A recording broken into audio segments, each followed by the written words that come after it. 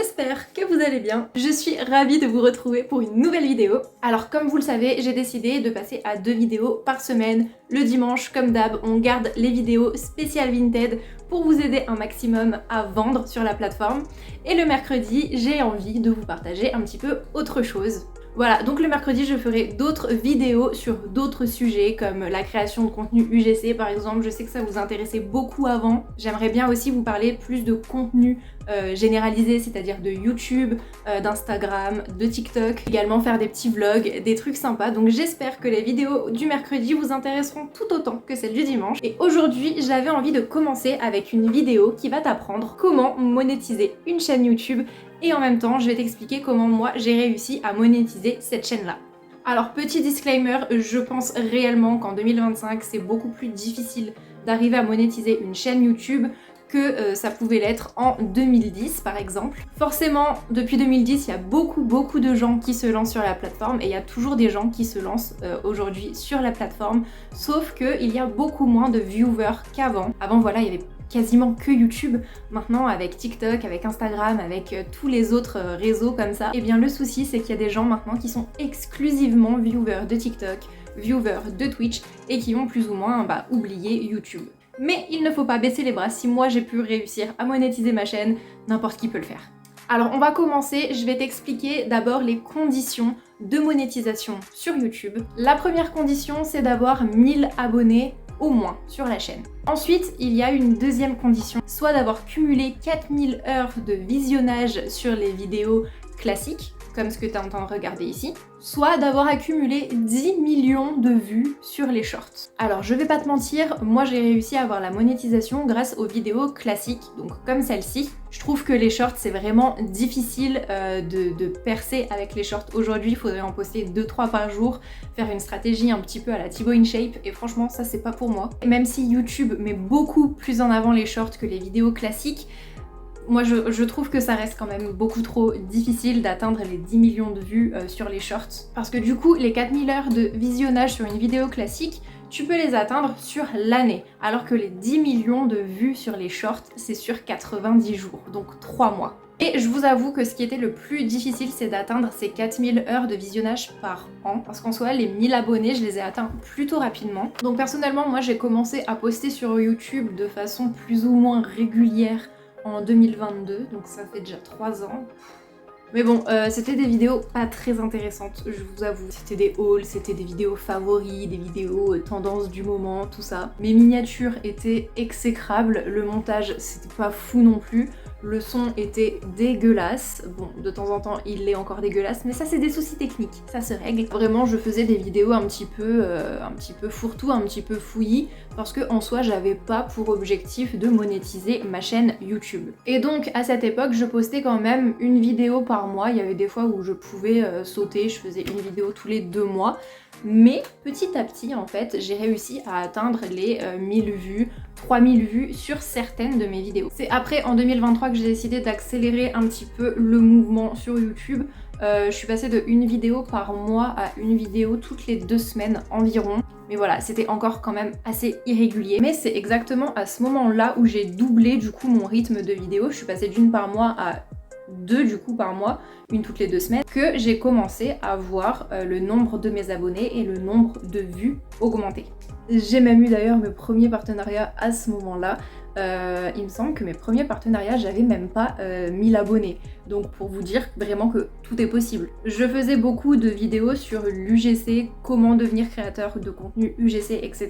Donc j'avais vraiment ciblé une niche de personnes qui étaient intéressées par le sujet. Et donc en commentaire, c'est vrai que ça rebondissait beaucoup, il y avait beaucoup de questions. Et c'est comme ça que j'ai réussi à avoir mes premiers partenariats, parce que comme en parallèle, je faisais de l'UGC et que les marques voyaient que j'avais également une présence sur YouTube, et ben ils m'ont demandé en fait de cumuler les deux. Donc c'est comme ça que mes premiers partenaires ont été Oli et Nideco. Et franchement, j'en suis pas peu fière parce que vu ce que deviennent les marques maintenant, je suis plutôt proud d'avoir été une des premières à collaborer avec eux. Et du coup, comme je vous le disais, en fait, c'est en commençant à vous parler de l'UGC que ma chaîne est devenue une chaîne de conseils. Voilà, je suis passée à faire des hauls, à vous donner des conseils sur comment gagner de l'argent en créant des vidéos. Le gap est quand même grand, mais bon. Et franchement, en ayant changé aussi de direction dans mes vidéos YouTube, en vous donnant des conseils, c'est là que j'ai commencé vraiment à kiffer en fait de faire ces vidéos-là. J'ai commencé à me rendre compte en fait que j'aidais vraiment des gens, parce qu'il y a des filles grâce à moi qui sont devenues créatrices UGC, voilà, donc franchement c'est trop cool aussi de voir l'évolution des gens grâce aux conseils que j'ai pu donner grâce à mes vidéos. Et puis en fait tout naturellement j'ai commencé à faire des vidéos sur Vinted. Donc ma première vidéo Vinted c'était celle-ci, et là j'ai fait 23 000 vues. Voilà, pour moi c'est toujours un truc de ouf, hein, d'ailleurs 23 000 vues. Et à ce moment-là, dites-vous que ma chaîne n'est toujours pas monétisée, c'est-à-dire que les 23 000 vues de cette vidéo, j'en ai pas vu la couleur.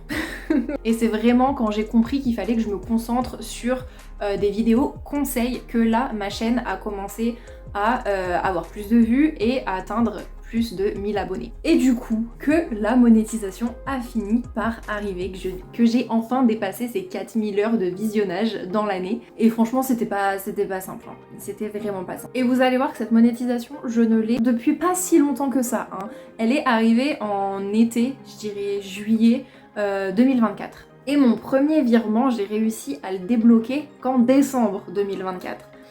Donc, il y a un mois quoi, à peu près. Et ça je vais vous expliquer, c'était absolument laborieux, fallait remplir en fait des documents et les envoyer à Google AdSense, sauf que je ne comprenais rien, donc j'ai dû envoyer les documents à mon comptable, et sauf que mon comptable n'y comprenait rien non plus.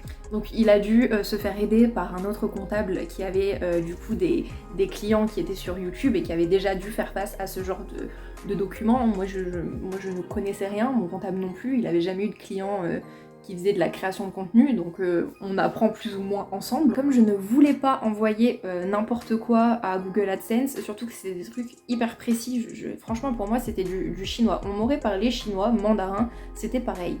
Et du coup, une fois que j'ai réussi à envoyer ce document très précis à Google AdSense, et bah c'est là que mon premier virement a été débloqué. Donc mon premier virement, attention, c'était un montant de 90 €. La folie. En vrai de vrai, j'étais super contente parce que pour le peu de vues que je fais, pour moi 90 € c'était déjà énorme. Là si vous voulez je peux vous montrer mon deuxième virement, il est programmé pour fin février et on est aux alentours d'une centaine d'euros. Pour débloquer un virement sur YouTube, il faut avoir minimum 70 € qui attendent. Il me semble que en fait YouTube paye seulement une certaine partie dans le mois, donc il faut attendre cette partie dans le mois pour recevoir le virement. C'est-à-dire que si tu fais une centaine d'euros début du mois, et bah YouTube te paiera ces 100 € à la fin du mois quand YouTube doit payer. En fait, t'es obligé d'attendre à ce moment-là. Sauf que si à ce moment-là, et bah t'as moins de 70 €, et bah ton virement est reporté au mois d'après. Donc faut pas être pressé. Vraiment, quand t'as une petite communauté, pas beaucoup de vues, faut pas être pressé de recevoir ton virement à la fin du mois. Alors je sais que ce ne sont pas des sommes astronomiques, mais comme je vous ai dit, moi, à ma petite échelle, je trouve ça fou déjà. Et franchement, je suis très contente. Alors vraiment, si vous hésitez encore à vous lancer sur YouTube, moi je vous dis foncez. Parce que dans tous les cas, qu'est-ce que vous avez à perdre finalement? Pas grand chose, juste du temps à la limite. Parce que vraiment le plus dur ça va être d'atteindre ces 4000 heures de visionnage par an, mais une fois atteint, je vous le dis, le nombre d'abonnés ça va plus ou moins vite. Suffit d'avoir trouvé le bon thème sur tes vidéos et tu vas vite arriver à te créer ta petite communauté. Après vraiment le plus dur c'est de garder du coup ces viewers de façon assidue pour atterrir à ces 4000 heures de visionnage. Après une fois que ça c'est atteint en soi, si tu continues de poster régulièrement ton contenu, et bah ça tourne tout seul. Et bien sûr je l'ai pas précisé mais pour moi ça me paraît logique, mais ça ne l'est pas pour tout le monde. L'argent gagné sur YouTube, il faut le déclarer. Moi personnellement je suis en SARL parce que à côté je rentre de l'argent par rapport à l'UGC, par rapport à certains partenariats etc. hors YouTube. Mais tu peux très bien te mettre en auto-entreprise pour déclarer ses revenus YouTube, il n'y a pas de problème. T'as pas besoin de créer une société, une SARL, une SAS ou quoi. Tu peux très bien être en auto-entrepreneur si à côté, bah, en plus t'as un taf, voilà, t'as des études et tout, t'as pas forcément envie de créer une société, tu peux très bien te mettre en auto-entrepreneur. Mais le plus important c'est de déclarer cet argent. De toute façon, YouTube va te demander tellement de documents que si t'es pas déclaré, si t'as pas de société, et bah tu pourras même pas prendre l'argent YouTube en fait. J'espère que cette petite vidéo vous aura plu, vous aura intéressé. Si vous avez des questions par rapport à tout ça, je vous laisse les poser en commentaire et j'essaierai d'y répondre au plus vite. Si vous avez d'autres idées de vidéos que je peux faire par rapport à YouTube, par rapport à l'UGC, la création de contenu en général, n'hésitez pas également à me les mettre en commentaire. Sur ce, je vous dis à très vite dans une prochaine vidéo.